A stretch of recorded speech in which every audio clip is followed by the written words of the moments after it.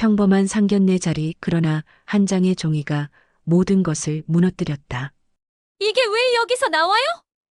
숨죽인 정적 속 공기마저 무겁게 내려앉는다. 이 글씨 당신 거잖아요. 그럴 리 없어! 아버지 대체 무슨 얘기입니까? 30년 전 불길의 비밀. 이제 모든 진실이 드러나려 한다. 이야기가 시작되기 전에 구독과 좋아요 부탁드립니다. 새벽 5시 전통시장의 하루가 시작됩니다. 스테인리스 반찬통에서 하얀 김이 모락모락 피어오르고 이정화는 나무 주걱으로 멸치볶음을 정성스럽게 뒤집습니다. 기름에서 지글지글 소리가 나면서 고소한 냄새가 가게 전체에 퍼집니다. 벌써 30년째 이어온 일상이지만 오늘따라 손끝이 유난히 바쁩니다. 이모, 멸치볶음 한 통이랑 콩나물 무침 반 통만 주세요. 단골 아주머니가 다가옵니다. 정화는 넉넉한 미소를 지으며 반찬을 담아줍니다. 콩나물 조금 더 드릴게요. 우리 가족이니까요. 이런 정겨운 대화가 하루에도 수십 번 반복됩니다. 시장 상인들과 단골 손님들 사이에는 30년간 쌓인 정이 흐르고 있습니다. 돈으로 계산할 수 없는 소중한 관계들입니다. 가게 한쪽 벽면에는 색바랜 사진 한 장이 액자에 꽂혀 있습니다. 30년 전 산동네의 모습을 담은 흑백 사진입니다. 좁은 골목길과 다닥다닥 붙은 집들, 그리고 그 사이로 난 구불구불한 길이 세월의 무게를 고스란히 담고 있습니다.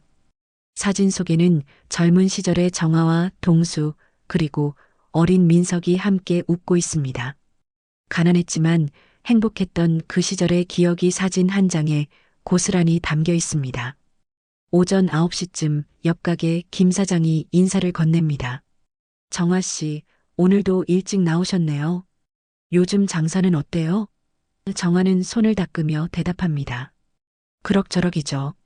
예전만 못하지만 그래도 살만합니다.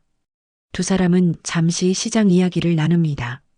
요즘 젊은 사람들이 대형마트만 가서 장사가 예전 같지 않다는 하소연, 그래도 오랜 단골들이 있어서 버틸 수 있다는 위안 같은 이야기들입니다. 10시쯤 정화의 휴대폰이 울립니다. 화면에 아들 민석이라는 이름이 뜹니다. 엄마, 안녕하세요. 오늘 저녁에 은주랑 같이 인사드리러 갈게요. 시간 괜찮으시죠? 민석의 목소리에는 설렘과 조심스러움이 동시에 배어 있습니다. 32살의 아들이 결혼을 앞두고 있습니다. 정화는 따뜻하게 대답합니다. 그래, 잘 알겠다. 은주한테도 안부 전해라. 전화를 끊고 나서 정화는 괜스레 기분이 좋아집니다. 곧 며느리가 될 은주는 참 착하고 예쁜 아이입니다. 얌전하면서도 당차고 무엇보다 민석을 진심으로 사랑하는 것이 눈에 보입니다. 어머니, 김치 한 포기만 주세요. 중년 부인이 다가옵니다. 정화는 큼직한 배추김치를 비닐봉지에 담아줍니다. 맛있게 드세요. 이번에 담근 건 정말 잘 됐어요. 손님이 돌아간 후 정화는 다시 멸치볶음을 저어줍니다. 간을 맞춰보니 딱 적당합니다. 오랜 경험으로 체득한 손맛입니다. 점심시간이 지나갈 무렵 관리사무소에서 일하는 남편 박동수가 돌아옵니다. 60대 중반의 동수는 여전히 건장한 체격을 유지하고 있지만 얼굴에는 세월의 흔적이 깊게 새겨져 있습니다. 회색빛 작업복을 입은 그의 모습에서는 성실함이 묻어납니다. 오늘도 불조심 포스터 붙이느라 고생했어요. 동수가 물수건으로 손을 닦으며 말합니다. 불은 정말 무서운 거니까. 한 번 나면 순식간에 모든 걸 태워버리죠. 그 순간 정화는 이상한 느낌을 받습니다. 남편의 입에서 불이라는 단어가 나올 때마다 왜 이렇게 서늘한 기분이 드는 걸까요? 동수는 평소에도 화재 예방에 대해 자주 이야기합니다. 관리사무소 일 때문이라고 생각했지만 오늘따라 그 말들이 유난히 무겁게 느껴집니다. 마치 무언가를 숨기고 있는 것 같은 그런 묘한 느낌입니다. 여보, 점심 드세요. 정화가 따뜻한 된장찌개를 내놓습니다. 부부는 작은 식탁에 마주 앉아 조용히 식사를 합니다. 30년을 함께 산 부부지만 오늘따라 침묵이 길게 느껴집니다. 동수는 밥을 먹으면서도 계속 창밖을 바라봅니다. 그의 시선 끝에는 새로 지어진 아파트 단지가 보입니다. 예전 그들이 살던 산동네 자리입니다. 높다란 아파트들이 빼곡히 들어선 그 자리에는 이제 옛날의 흔적을 찾을 수 없습니다. 그때 생각나죠? 정화가 조심스럽게 말을 꺼냅니다. 산동네에서 살던 시절 말이에요. 동수는 잠시 숟가락을 멈춥니다. 그러게요. 가난했지만 정겨웠던 시절이었죠. 그의 목소리에는 그리움과 함께 묘한 무거움이 섞여 있습니다. 정화는 남편의 표정을 유심히 살펴봅니다. 뭔가 말하고 싶어 하는 것 같으면서도 망설이는 기색이 역력합니다. 오후가 되자 시장에 사람들이 더 많이 몰려듭니다. 정화는 바쁜 손놀림으로 손님들을 맞습니다. 어머니, 시금치나물이랑 도라지 무침 주세요. 네, 금방 담아드릴게요. 반찬 장사는 손이 많이 가는 일입니다. 하나하나 정성스럽게 담아주어야 하고 손님 취향에 맞춰간도 조절해야 합니다. 하지만 정화는 이 일이 좋습니다. 사람들과 정을 나누며 살아가는 것이 행복합니다. 하지만 마음 한구석에는 계속 무언가 걸리는 것이 있습니다. 남편의 말, 그리고 그때의 표정이 자꾸 머릿속에 맴돕니다. 불이라는 단어를 말할 때의 그 묘한 떨림, 그리고 잠깐 스쳐간 어두운 그림자 같은 표정 말입니다. 30년을 함께 산 아내의 직감으로 느끼는 무언가가 있습니다. 저녁 준비를 하면서 정화는 벽에 걸린 옛 사진을 다시 바라봅니다. 그 사진을 볼 때마다 드는 생각이 있습니다. 정말 행복했던 시절이었을까? 아니면 지금 와서 미화된 기억일까? 사진 속의 미소가 오늘따라 어색하게 느껴지는 것은 왜일까요? 일주일 후 두 집안의 상견례가 있는 날입니다. 정화는 새벽부터 일어나 정성스럽게 준비를 합니다. 검은색 정장에 진주 목걸이를 메고 거울 앞에서 몇 번이나 옷매무새를 다듬습니다. 동수 역시 평소 입지 않던 양복을 차려입고 넥타이를 메고 있습니다. 긴장되네요. 정화가 작은 소리로 중얼거립니다. 괜찮습니다. 은주 아버지도 좋은 분이라고 하니까요. 오후 3시 시내 한정식 집에서 만남이 이루어집니다.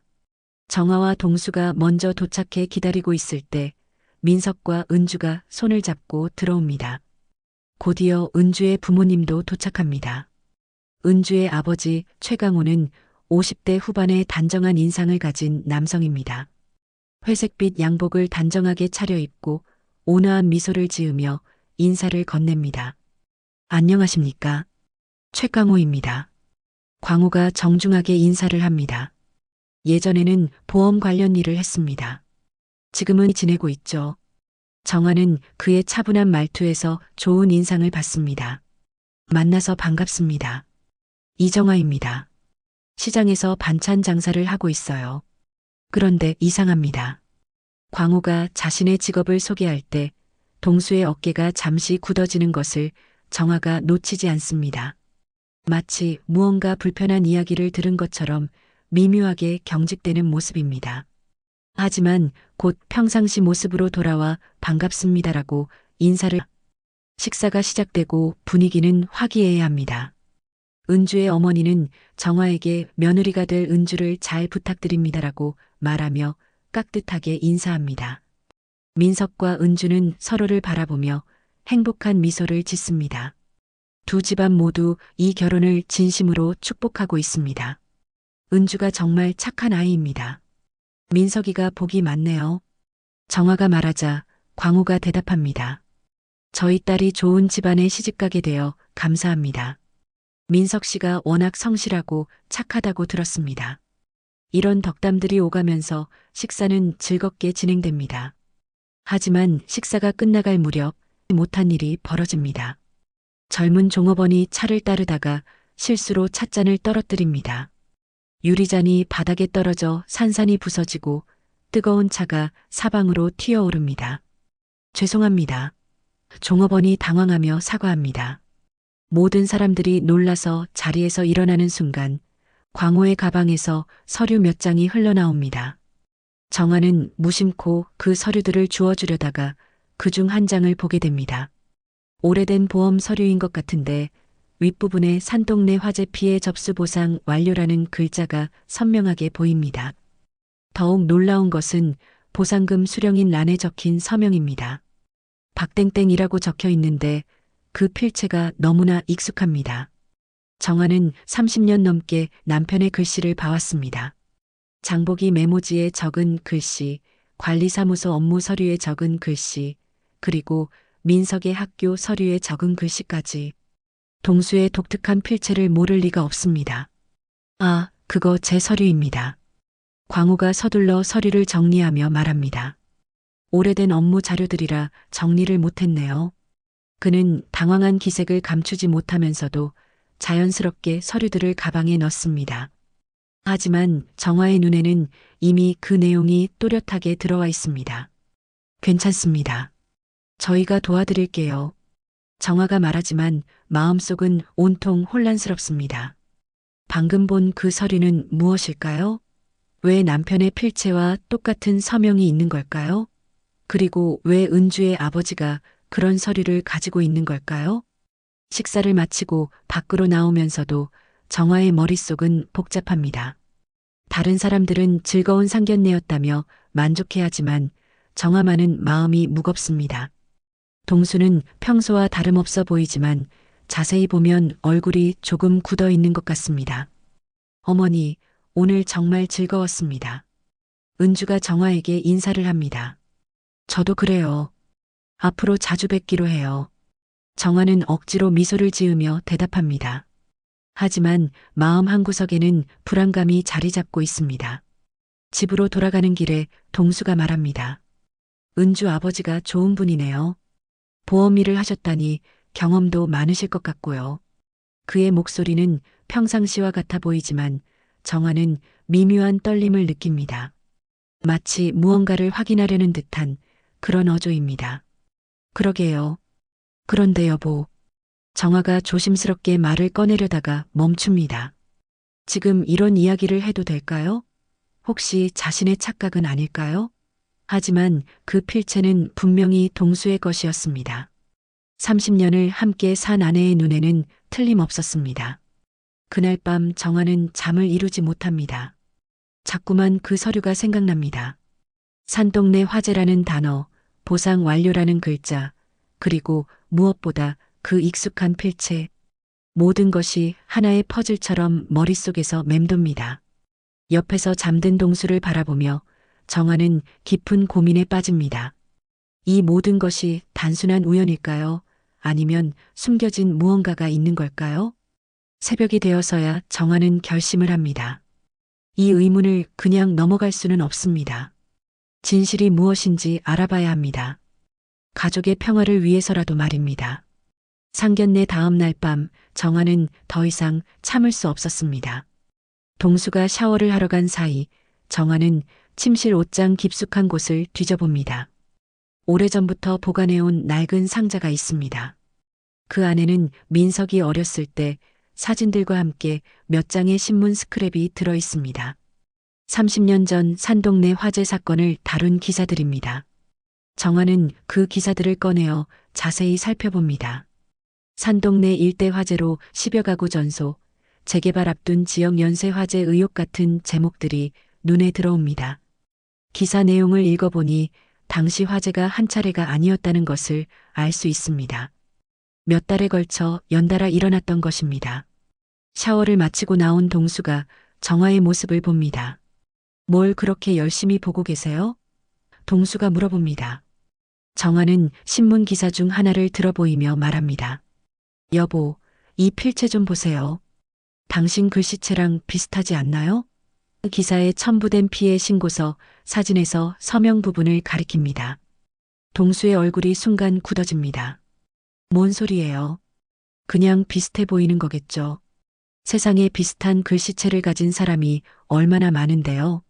그는 평소보다 목소리를 높이며 단호하게 부인합니다.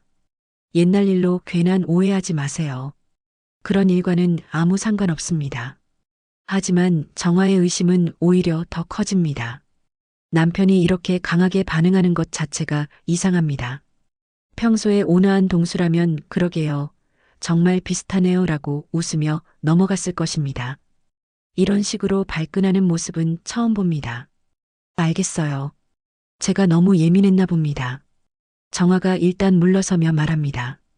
하지만 마음속으로는 이미 결심을 굳혔습니다. 이 일에 대해 더 자세히 알아봐야겠다고 말입니다. 다음 날 아침 정화는 평소보다 일찍 시장에 나갑니다. 반찬 준비를 마친 후 시장 상인회장인 김 사장을 찾아갑니다. 사장님, 혹시 옛날 산동네에 살았던 분들 중에 아직 연락하고 지내는 분 있으세요? 정화가 조심스럽게 물어봅니다. 아, 그분들 말이에요? 몇 분 계시죠? 왜 그러세요? 김 사장이 궁금해합니다. 정화는 옛날 생각이 나서 안부나 물어보려고요라고 대답합니다. 김 사장은 몇 명의 연락처를 알려주며 다들 연세가 있으시니까 조심스럽게 연락해보세요라고 당부합니다. 점심시간이 지난 후 정화는 첫 번째 번호로 전화를 겁니다. 안녕하세요. 옛날 산동네에 살았던 이정화입니다. 박동수 아내예요. 상대방은 정화를 기억하며 반갑게 인사합니다. 아, 정화 씨. 오랜만이네요. 어떻게 지내세요? 덕분에 잘 지내고 있어요. 그런데 혹시 옛날 화재 사건 기억하세요? 정화가 본론을 꺼냅니다. 상대방의 목소리가 갑자기 무거워집니다. 아, 그 일 말이에요. 정말 끔찍했죠. 그때 재개발을 앞두고 있던 시기라 더 복잡했어요. 재개발이요? 정화가 되묻습니다. 네, 당시 개발업체에서 주민들에게 이주 압박을 심하게 했거든요. 그런데 화재가 연달아 나면서 분위기가 이상해졌어요. 밤마다 불이 났으니까요. 상대방이 당시 상황을 자세히 설명해 줍니다. 더 충격적인 이야기는 그 다음이었습니다. 그때 한상복이라는 소방관이 있었는데 그분이 화재 원인 조사를 했어요. 근데 뭔가 이상하다고 하더라고요. 자연 발화치고는 너무 규칙적이고 발화 지점도 의심스럽다고 했거든요. 정화의 심장이 빨리 뛰기 시작합니다. 그 한상복이라는 분 지금도 연락이 되나요? 글쎄요, 몇 년 전에 퇴직하셨다고 들었는데 혹시 필요하시면 알아볼까요? 상대방이 친절하게 제안합니다. 전화를 끊은 후 정화는 깊은 생각에 빠집니다. 재개발, 연쇄화재, 의심스러운 발화 지점. 모든 것이 하나씩 연결되기 시작합니다. 그리고 어제 본 그 보험 서류. 남편의 필체와 똑같던 그 서명. 저녁에 집에 돌아온 정화는 평소와 다름없이 저녁을 준비합니다. 하지만 마음은 복잡합니다. 동수와 마주 앉아 저녁을 먹으면서도 계속 그 이야기가 머릿속을 맴돕니다. 혹시 남편이 그 일과 관련이 있는 걸까요? 아니면 정말 단순한 우연일까요? 무슨 생각을 그렇게 하세요? 동수가 묻습니다. 정화는 놀라며 아니에요. 그냥 민석이 결혼 준비 생각하고 있었어요 라고 대답합니다. 동수는 고개를 끄덕이며 그러게요. 이제 정말 우리 아들도 장가가는군요 라고 말합니다. 하지만 정화는 남편의 표정을 유심히 관찰합니다. 평소와 별다를 것 없어 보이지만 자세히 보면 어딘가 어색한 구석이 있습니다. 마치 무언가를 숨기고 있는 것 같은 그런 느낌입니다. 그날 밤 정화는 또다시 잠을 이루지 못합니다. 머릿속에서는 계속 퍼즐 조각들이 맞춰지고 있습니다. 상견례에서 본 서류, 남편의 이상한 반응, 그리고 오늘 들은 한상복이라는 소방관 이야기까지 모든 것이 하나의 그림을 그려가고 있는 것 같습니다. 새벽이 되어서야 정화는 결심을 합니다. 한상복이라는 분을 꼭 만나봐야겠습니다. 진실이 무엇인지, 그리고 남편이 정말 그 일과 관련이 있는지 확인해야 합니다. 더 이상 이런 의심을 안고 살 수는 없습니다. 다음 날 아침 정화는 다시 김 사장에게 부탁합니다. 사장님, 한상복이라는 소방관 아세요? 옛날 산동네 화재 조사를 했던 분이라고 하는데요. 김 사장이 잠시 생각하더니 아, 그분이요? 지금은 퇴직하셨는데 시장 근처에 살고 계세요. 연락처 알아볼까요? 마침내 정화는 한상복의 연락처를 얻었습니다. 이제 진실을 향한 첫 번째 발걸음을 내디딜 차례입니다. 한상복의 연락처를 얻은 지 사흘 후 정화는 용기를 내어 전화를 겁니다. 하지만 그보다 먼저 예상치 못한 전화가 걸려옵니다. 은주의 아버지 최강호입니다. 사모님, 안녕하세요. 혹시 지금 통화 가능하신가요? 그의 목소리에는 평소와 다른 긴장감이 배어 있습니다. 네, 괜찮습니다. 무슨 일이세요? 정화가 답합니다. 광호는 잠시 망설이더니 조심스럽게 말을 이어갑니다. 사실 상견례 때 일로 연락드렸습니다. 그날 제가 실수로 흘린 서류를 혹시 보셨나요? 정화의 심장이 빨리 뛰기 시작합니다. 역시 그 서류에는 뭔가 특별한 것이 있었던 겁니다. 서류요? 잠깐 봤지만 자세히는 못 봤어요. 정화가 신중하게 대답합니다.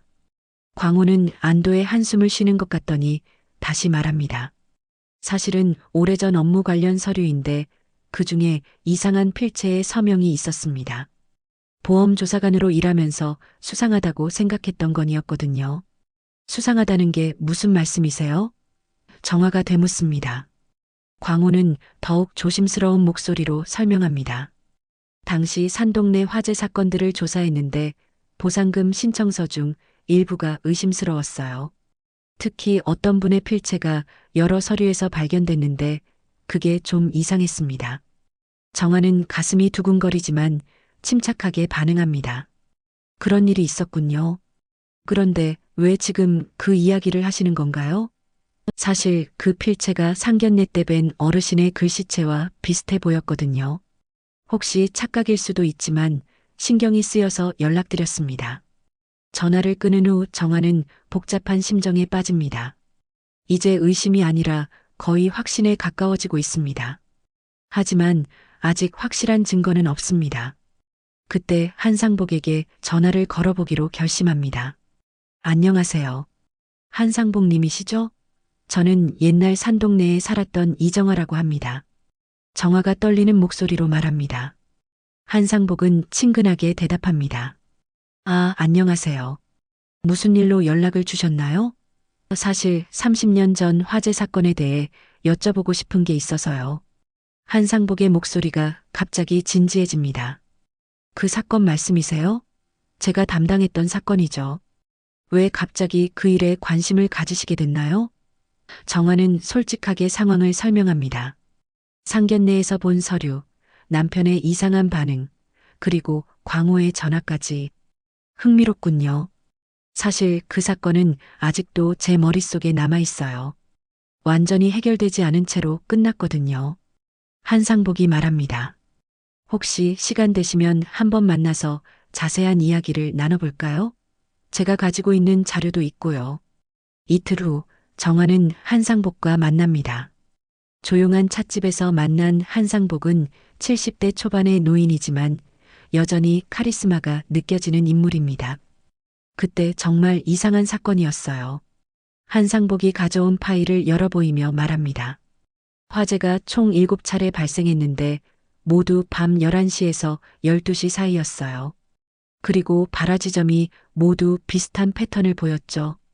연탄 창고 근처나 등유가 저장된 곳이었거든요. 한상복의 설명을 들으며 정화는 몸이 서늘해지는 것을 느낍니다. 더 의심스러운 건 보상금 신청 과정이었어요. 일부 가구의 신청서에서 같은 필체가 발견됐거든요. 마치 한 사람이 여러 명의 이름으로 신청한 것 같았어요. 한상복이 당시 사진들을 보여줍니다. 흑백 사진 속에는 불에 탄 집터들이 선명하게 담겨 있습니다. 혹시 그 필체 샘플이 남아 있나요? 정화가 떨리는 목소리로 묻습니다. 한상복은 고개를 끄덕이며 몇 장의 서류 사본을 꺼냅니다. 이것들이에요. 당시 증거로 보관했던 건데 사건이 흐지부지되면서 개인적으로 가지고 있었어요. 정화는 그 서류들을 보는 순간 온몸이 얼어붙습니다. 분명히 남편 동수의 필체입니다.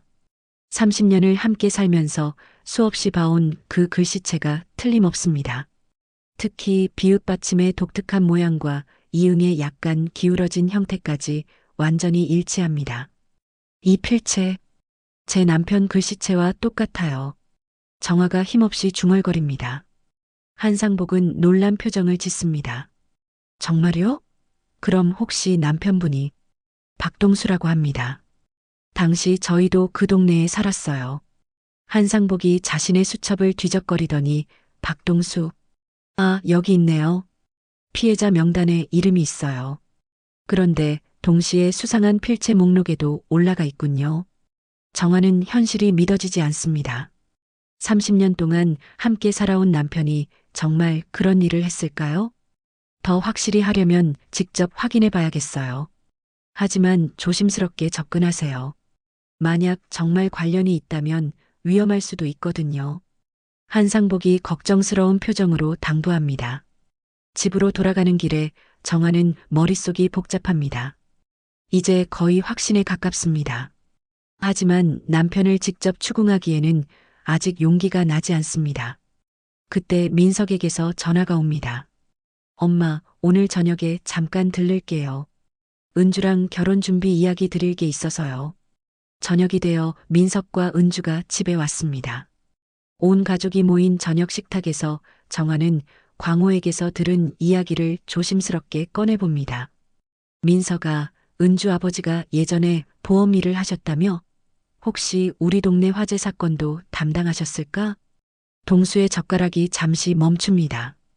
민석은 아, 그런 것 같아요. 아버지가 그런 말씀을 하시더라고요라고 대답합니다.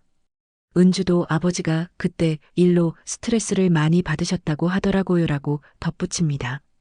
그때 정화가 결정적인 질문을 던집니다. 여보, 그때 화재 보상금은 얼마나 받았어요? 갑작스러운 질문에 동수가 당황합니다. 왜 갑자기 그런 걸 물어봐요? 그의 목소리에는 명백한 동요가 느껴집니다. 그냥 궁금해서요. 요즘 화재 보험 들까 생각하고 있어서. 정화가 자연스럽게 둘러댑니다. 하지만 동수는 계속 불편해합니다. 옛날 일은 기억도 잘 안 나요. 그런 이야기는 그만해요. 식사를 마치고 민석과 은주가 돌아간 후 정화는 마침내 남편과 단둘이 남게 됩니다. 이제 진실을 파헤칠 시간입니다. 민석과 은주가 돌아간 후 정화는 한상복에게서 받은 서류들을 꺼냅니다. 여보, 이것 좀 보세요. 정화가 떨리는 손으로 서류를 동수 앞에 놓습니다. 이 필체, 당신 글씨체와 똑같지 않나요? 동수는 서류를 보는 순간 얼굴이 하얗게 질립니다. 이건 어디서 구한 거예요? 동수가 당황하며 묻습니다. 한상복이라는 퇴직 소방관에게서 받았어요. 30년 전 화재 조사를 담당했던 분이죠. 정화의 목소리는 차분하지만 단호합니다. 동수는 서류를 밀어내며 격하게 반응합니다. 내가 왜 우리 집을 태우겠어요? 말도 안 되는 소리 하지 마세요. 동수가 목소리를 높입니다. 30년 결혼 생활에서 이렇게 화를 내는 모습을 본 적이 거의 없었기에 정화는 더욱 확신하게 됩니다. 무언가 숨기는 것이 분명합니다. 그럼 왜 이렇게 화를 내는 거예요? 평소 당신답지 않아요.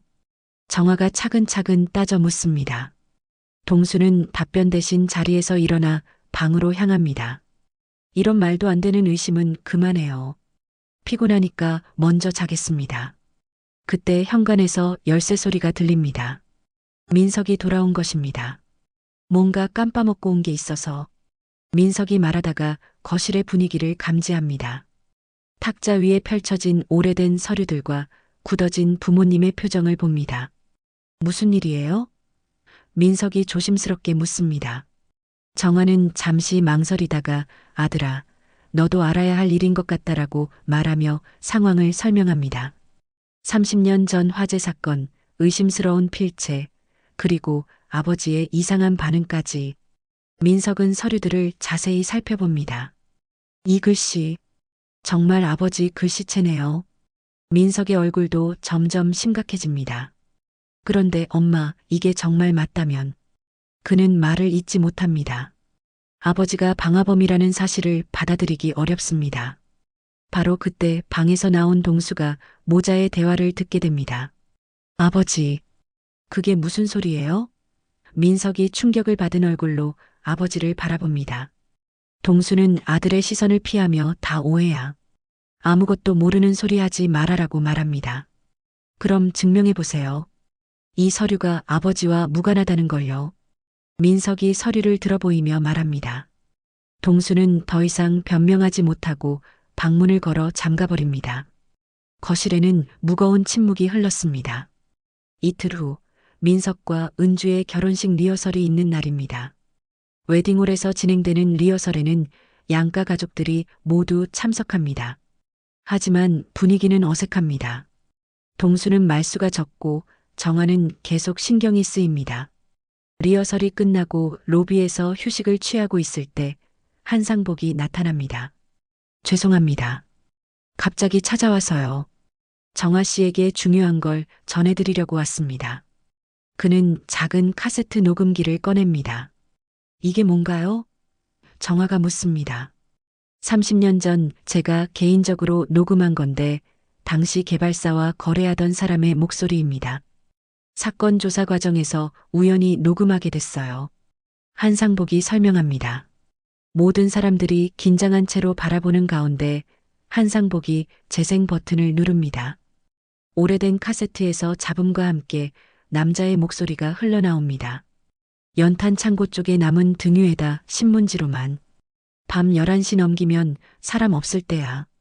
정아는 그 목소리를 듣는 순간 온몸이 얼어붙습니다. 그 중저음의 목소리, 특유의 억양과 말투. 분명히 동수의 목소리입니다. 30년을 함께 살면서 수없이 들어온 그 목소리를 잘못 들을 리가 없습니다. 충격을 받은 정아는 손에서 카세트 녹음기를 떨어뜨립니다. 바닥에 떨어진 녹음기에서는 여전히 동수의 목소리가 흘러나오고 있습니다. 보상금은 반반씩 나누기로 했잖아요. 약속 지켜주세요. 같은 시각 로비 한쪽에서 최강호가 민석에게 조심스럽게 말을 걸고 있습니다. 민석 씨, 죄송하지만 꼭 알려드려야 할 게 있어요. 광호가 또 다른 서류를 꺼냅니다. 당시 보상금 입금 계좌를 확인해 봤는데 광호는 서류를 보여주며 계속 말합니다. 이 계좌번호가 민석 씨 대학교 등록금 납부 계좌와 같습니다. 제가 보험회사에서 확인한 거라 틀림없어요.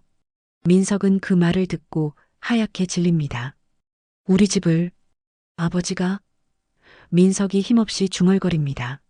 모든 퍼즐이 맞춰지는 순간입니다. 아버지가 돈 때문에 자신들의 집을 불태웠고 그 보상금으로 자신의 대학 등록금을 냈다는 사실이 믿어지지 않습니다. 은주는 충격을 받은 채로 민석의 손을 잡습니다.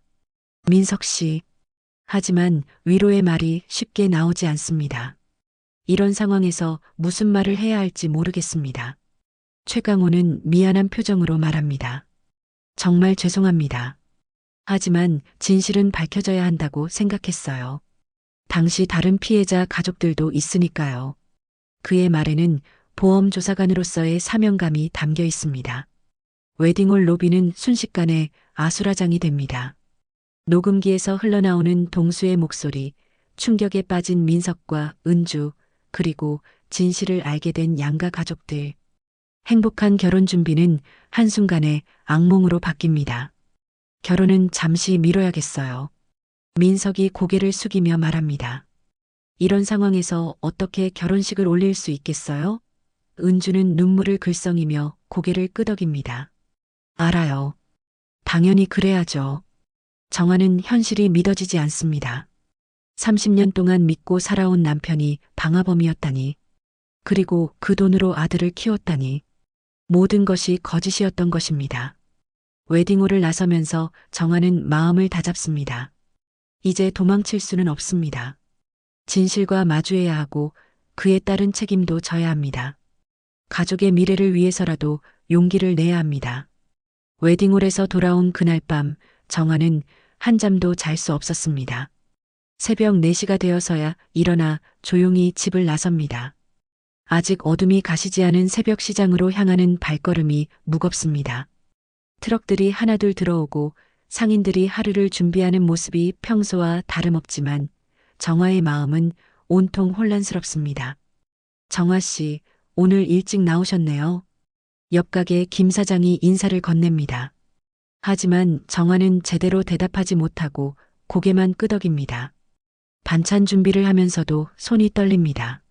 30년 동안 지켜온 일상이 이렇게 무너질 수 있다는 것이 믿어지지 않습니다. 우리가 지켜온 건 서로에게 부끄럽지 않기 위해서였는데 정화는 속으로 중얼거립니다. 남편을 믿고 가정을 지키고 아들을 바르게 키우려고 노력했던 모든 시간들이 헛된 것이었을까요? 그 모든 것이 거짓 위에 세워진 것이었다니. 오전 10시쯤 정화의 휴대폰이 울립니다. 은주에게서 온 전화입니다. 어머니, 안녕하세요. 혹시 지금 통화 가능하세요? 은주의 목소리는 평소와 달리 조심스럽고 차분합니다. 어젯밤의 충격에도 불구하고 예의를 잃지 않으려는 모습이 역력합니다. 그래, 은주야. 괜찮다. 정화가 힘없이 대답합니다. 은주는 잠시 망설이더니 말을 이어갑니다. 어머니, 저희 아버지가 그러시는데 진실은 아픔을 키우지만 치료하면 흉터가 우리를 지켜준다고 하셨어요. 지금은 힘드시겠지만 숨기지 마시고 해결하시는 게 좋을 것 같아요. 은주의 말에 정화는 깊은 감동을 받습니다. 이런 상황에서도 자신을 위로해주고 격려해주는 은주가 고맙습니다. 고마워, 은주야. 너 같은 며느리를 둬서 정말 다행이다. 정화는 진심으로 말합니다. 저도 민석 오빠를 사랑해요. 이 일이 해결되면 언제든 결혼하고 싶어요. 그러니까 어머니도 너무 상심하지 마세요. 은주의 따뜻한 말에 정화는 눈물이 핑 돕니다.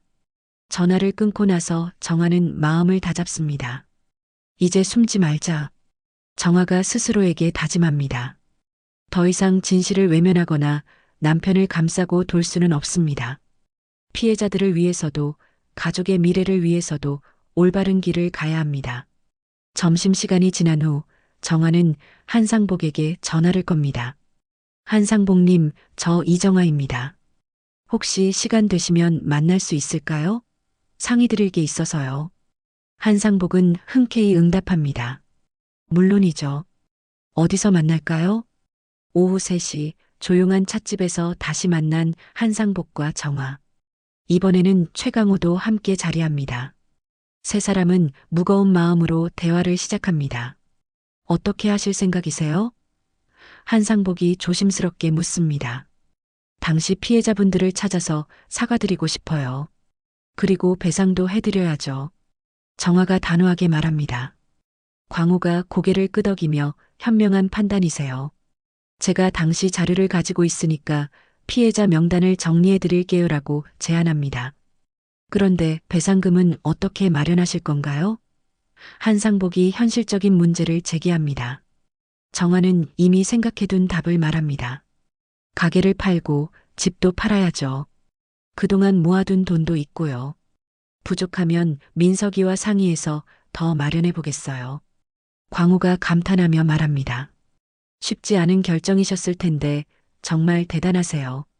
당시 피해자 가족들이 얼마나 힘들어했는지 제가 직접 봤거든요.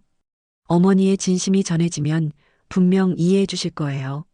세 사람은 구체적인 계획을 세웁니다. 먼저 피해자 명단을 정리하고 생존해 계신 분들과 연락을 취한 다음 순서대로 찾아뵙기로 합니다. 한상복은 제가 당시 담당자였으니까 함께 가겠습니다라고 자원합니다. 일주일 후 세 사람은 첫 번째 피해자 가족을 찾아갑니다. 70대 할머니 혼자 사시는 작은 아파트입니다. 어머니, 30년 전 산동네 화재 때 피해를 보신 김순옥 님이시죠? 정화가 조심스럽게 말을 꺼냅니다. 김순옥 할머니는 처음에는 경계하던 모습이었지만 정화가 상황을 설명하자 놀란 표정을 짓습니다. 그 화재가 고의였다고요? 정화는 고개를 숙이며 네, 정말 죄송합니다. 제 남편이 저지른 일입니다라고 사과합니다.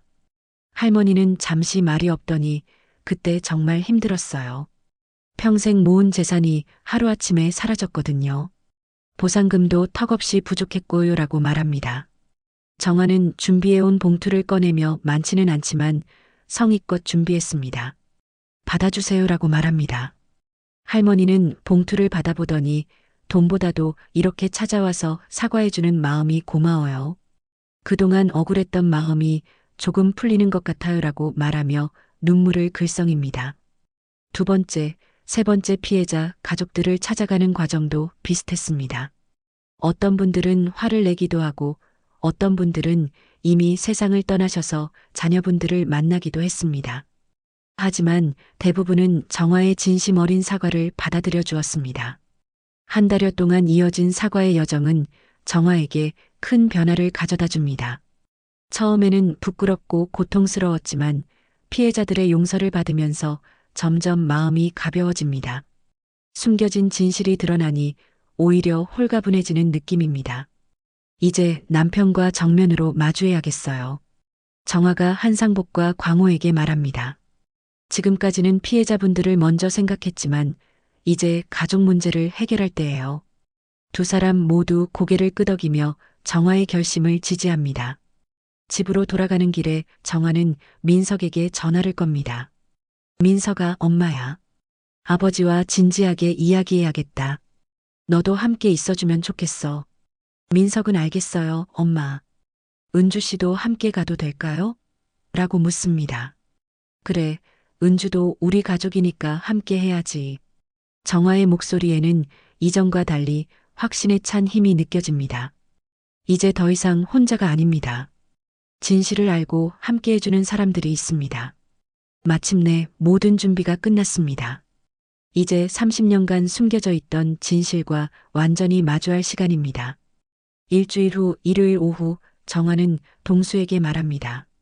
여보, 옛날 우리가 살던 곳에 같이 가봐요. 동수는 의아한 표정을 짓습니다. 왜 갑자기 그런 곳에 가자고 해요? 정화는 단호하게 대답합니다. 가야 할 이유가 있어요. 민석이와 은주도 함께 갈 거예요. 30년 전 산동네 집터였던 언덕 위에는 이제 높은 오피스텔이 서 있습니다. 유리 외벽으로 둘러싸인 현대적인 건물입니다. 네 사람은 오피스텔 1층 로비에 자리를 잡습니다. 넓은 대리석 바닥과 현대적인 인테리어가 과거의 기억과 대조를 이룹니다. 아버지, 이제 진실을 말씀해 주세요. 민석이 조용하지만 단호한 목소리로 말합니다. 동수는 여전히 고개를 저으며 부인하려 합니다. 무슨 진실이야? 너희들이 오해하고 있는 거라니까. 그때 정화가 가방에서 한상복이 준 모든 증거 자료들을 꺼내 탁자 위에 놓습니다. 필체 감정 자료, 보상금 입금 내역, 그리고 카세트 녹음기까지. 이 모든 증거가 있는데도 계속 부인하실 건가요? 동수는 그 증거들을 보며 점점 얼굴이 굳어집니다. 특히 자신의 목소리가 담긴 카세트 녹음기를 보는 순간 모든 것이 끝났다는 표정을 짓습니다. 오랜 침묵 후 동수가 드디어 입을 엽니다. 그날 동수의 목소리가 떨립니다. 정말 어쩔 수 없었어요. 빚이 산더미 같았고 민석이 대학 등록금도 마련할 수 없었거든요. 그는 고개를 숙인 채로 30년 전 그날의 이야기를 시작합니다. 개발사 사람들이 찾아왔어요. 재개발 계획이 있으니 이사를 나가라고 했죠. 하지만 이사 비용도 없고 갈 곳도 없었어요. 동수의 목소리에는 당시의 절망감이 그대로 배어 있습니다. 그때 그들이 제안을 했어요. 작은 불씨만 던지면 보상금과 이주 대책을 모두 챙겨주겠다고. 정화는 남편의 고백을 들으며 가슴이 찢어질 것 같습니다. 그때의 절박했던 상황은 이해하지만 그렇다고 해서 용납될 수 있는 일은 아닙니다. 그래서 정말로 우리 집에 불을 지른 거예요? 처음에는 우리 집만 살짝 태우려고 했어요. 동수가 계속 고백합니다. 등유를 조금만 뿌리고 신문지에 성냥불을 붙였죠. 밤 11시가 넘어서 사람들이 모두 잠든 시간이었어요. 하지만 그의 목소리가 더욱 떨립니다. 바람이 너무 세게 불었어요. 불이 다른 집들로 옮겨 붙기 시작했죠. 순식간에 온 동네가 불바다가 됐어요. 동수는 두 손으로 얼굴을 감싸며 말합니다. 이렇게 크게 번질 줄은 정말 몰랐어요. 민석이 충격을 받은 얼굴로 아버지를 바라봅니다. 그럼 다른 집들까지 불탄 것도 아버지 때문이라는 말이에요? 동수는 고개를 끄덕입니다. 미안하다, 민석아. 정말 미안하다. 그때 로비 입구로 한상복이 들어옵니다. 약속한 시간에 맞춰온 것입니다. 박동수 씨, 오래간만이군요. 한상복이 차분한 목소리로 말합니다. 동수는 한상복을 보는 순간 더욱 위축됩니다. 한 반장님. 동수가 힘없이 인사합니다. 한상복은 동수 맞은편에 앉으며 말합니다. 30년 동안 이 일을 잊은 적이 없었어요. 다른 집들까지 불타서 무고한 사람들이 피해를 봤는데 진짜 범인을 찾지 못했으니까요. 정말 죄송합니다. 동수가 고개를 깊이 숙입니다. 한상복은 단호하게 말합니다. 죄송하다고 해서 끝나는 문제가 아닙니다. 몰랐다고 해도 죄는 사라지지 않아요. 정화가 나서서 말합니다. 한상복님, 저희가 이미 피해자 가족들을 찾아가서 사과하고 배상금도 드렸어요. 이제 법적인 책임도 져야겠죠. 한상복은 정화의 말에 고개를 끄덕입니다. 그래서 자수하러 왔습니다. 동수가 떨리는 목소리로 말합니다. 더 이상 숨어 살 수는 없어요. 가족들에게 부끄럽지 않은 아버지가 되고 싶어요. 그의 눈에는 결연한 의지가 보입니다. 민석이 한 걸음 아버지에게 다가섭니다. 아버지, 저도 함께 가겠어요. 동수는 놀란 표정으로 아들을 봅니다. 민석아, 너까지 왜? 아버지 혼자 보낼 수는 없어요. 저도 그 돈으로 대학을 다녔으니까 책임이 있어요. 은주가 민석의 손을 꼭 잡습니다. 저도 함께 가겠어요. 이제 가족이니까요. 은주의 따뜻한 마음에 모든 사람들이 감동합니다. 이런 어려운 상황에서도 함께하겠다는 그녀의 마음이 고맙습니다. 정화도 일어서서 남편의 손을 잡습니다. 나도 함께 가겠어요. 부부니까 같이 책임져야죠. 동수는 아내의 손을 느끼며 눈물을 흘립니다. 정화 씨, 고마워요. 한상복이 일어서며 말합니다. 그럼 지금 바로 가시죠. 제가 담당 경찰서에 연락해 놓았어요. 5사람은 함께 로비를 나섭니다. 30년간 숨겨져 있던 진실이 마침내 세상에 드러나는 순간입니다. 경찰서로 향하는 길에 동수가 말합니다. 민석아, 너만은 행복하게 살았으면 좋겠다. 아버지 때문에 고생시켜서 미안하다. 민석이 대답합니다. 아버지가 용기 내서 진실을 말씀해 주셔서 오히려 고마워요. 이제야 진짜 아버지를 만난 것 같아요. 은주도 말을 보탭니다. 아버지, 잘못을 인정하고 책임지는 모습이 정말 멋져요. 저는 아버지를 존경해요. 동수는 며느리의 말에 더욱 큰 감동을 받습니다. 드디어 경찰서에 도착합니다. 동수는 깊게 숨을 들이쉬며 마음을 다잡습니다. 30년 동안 짊어진 죄책감에서 벗어날 수 있는 순간입니다. 비록 처벌을 받게 되겠지만 이제야 진짜 자유로워질 수 있을 것 같습니다. 들어가시죠. 한상복이 경찰서 문을 열어줍니다. 가족들은 서로의 손을 꼭 잡고 함께 들어갑니다. 어려운 시간이 기다리고 있겠지만 이제는 진실 위에서 새로운 시작을 할 수 있을 것입니다. 경찰서 앞에서 정화는 남편 동수의 손을 꼭 잡습니다. 30년 만에 진실이 밝혀지는 이 순간 두 사람의 마음에는 복잡한 감정이 교차합니다. 여보, 무서워요? 정화가 조심스럽게 묻습니다. 동수는 고개를 저으며 대답합니다. 아니에요. 오히려 후련해요. 용서는 내가 아니라 그분들이 하실 일이에요. 하지만 도망치지 않은 오늘의 당신은 내가 사랑했던 그 사람에 더 가까워요. 정화의 말에 동수는 깊이 고개를 끄덕입니다. 30년 동안 거짓 속에서 살았지만 이제야 진짜 자신을 되찾은 기분입니다. 경찰서에서의 조사는 생각보다 오래 걸렸습니다. 동수는 모든 것을 상세히 진술했고 한상복이 보관해온 증거들과 함께 사건의 전모가 명확하게 밝혀졌습니다. 검찰에서는 동수의 자수와 피해 배상 노력을 참작하여 집행유예를 구형했습니다. 몇 개월이 흘렀습니다. 가을바람이 차가워지기 시작한 어느 날 정화는 옛집터 언덕 아래에 작은 추모판을 세웁니다. 30년 전 화재 피해자를 기리며라는 문구와 함께 조그만 기금함도 놓았습니다. 매일 시장에서 번 돈 중 일부를 조용히 넣습니다. 이게 맞는 일인 것 같아요. 정화가 혼자 중얼거립니다. 비록 늦었지만 피해자들을 기억하고 지속적으로 도움을 주는 것이 자신이 할 수 있는 최선의 노력이라고 생각합니다. 동정과 지폐를 넣을 때마다 마음이 조금씩 가벼워지는 느낌입니다. 어느 날 추모판 앞에서 정화는 낯익은 얼굴들을 만납니다. 당시 피해를 입었던 김순옥 할머니와 다른 피해자 가족들입니다. 정화 씨, 고생 많으셨어요. 할머니가 따뜻하게 인사합니다. 진심으로 사과해 주시고 배상까지 해주셔서 정말 고마워요. 아니에요. 저희가 당연히 해야 할 일이었어요. 정화가 겸손하게 대답합니다.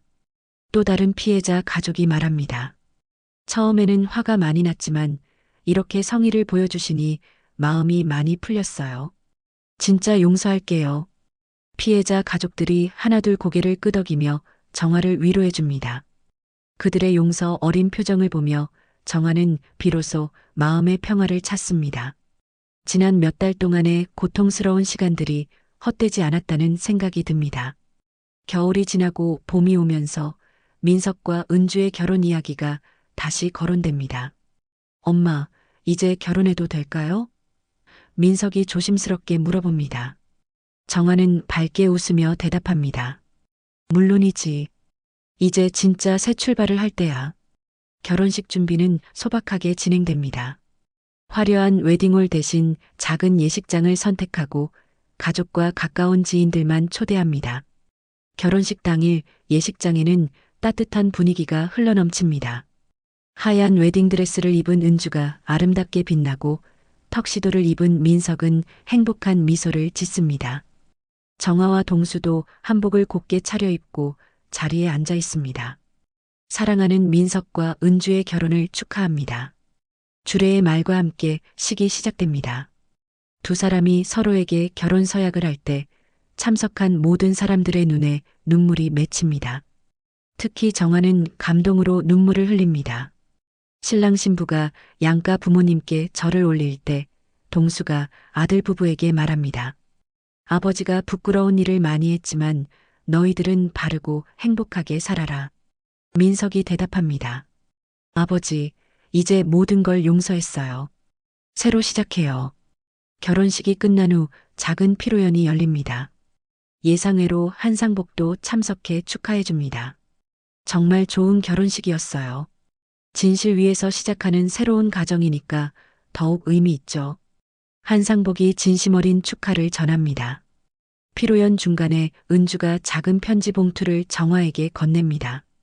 어머니께 드리고 싶은 게 있어요. 정화가 편지를 열어보니 이런 내용이 적혀 있습니다. 진실은 불처럼 아프지만 이제 우리를 비추는 등불이 되었습니다. 어머니 덕분에 우리 가족이 진짜 행복을 찾았어요. 정화는 편지를 읽고 또다시 눈물을 흘립니다. 이번에는 슬픔의 눈물이 아니라 기쁨과 감사의 눈물입니다. 혼란스럽고 고통스러웠던 지난 시간들이 모두 의미 있는 과정이었다는 생각이 듭니다. 결혼식 다음 날 정화는 새 가족 사진을 준비합니다. 민석과 은주 부부 그리고 정화와 동수까지 네 식구가 함께 찍은 사진입니다. 모두의 얼굴에는 진정한 평화와 행복이 깃들어 있습니다. 집으로 돌아온 정화는 거실벽에 걸린 옛날 사진 옆에 새 가족 사진을 나란히 걸어둡니다. 30년 전에 어린 민석이 있는 흑백 사진과 이제 결혼한 민석 부부가 함께한 컬러 사진. 두 사진을 번갈아 보며 정화는 깊은 감회에 빠집니다. 이제 진짜 집이 세워졌구나. 정화가 조용히 속삭입니다. 물리적인 집이 아니라 진실과 사랑 위에 세워진 마음의 집 말입니다. 거짓과 비밀로 얼룩졌던 과거는 이제 정말로 끝났습니다. 저녁이 되어 동수가 관리사무소에서 돌아옵니다. 예전과 달리 그의 얼굴에는 평온함이 깃들어 있습니다. 오늘도 수고했어요. 정화가 남편을 맞으며 말합니다.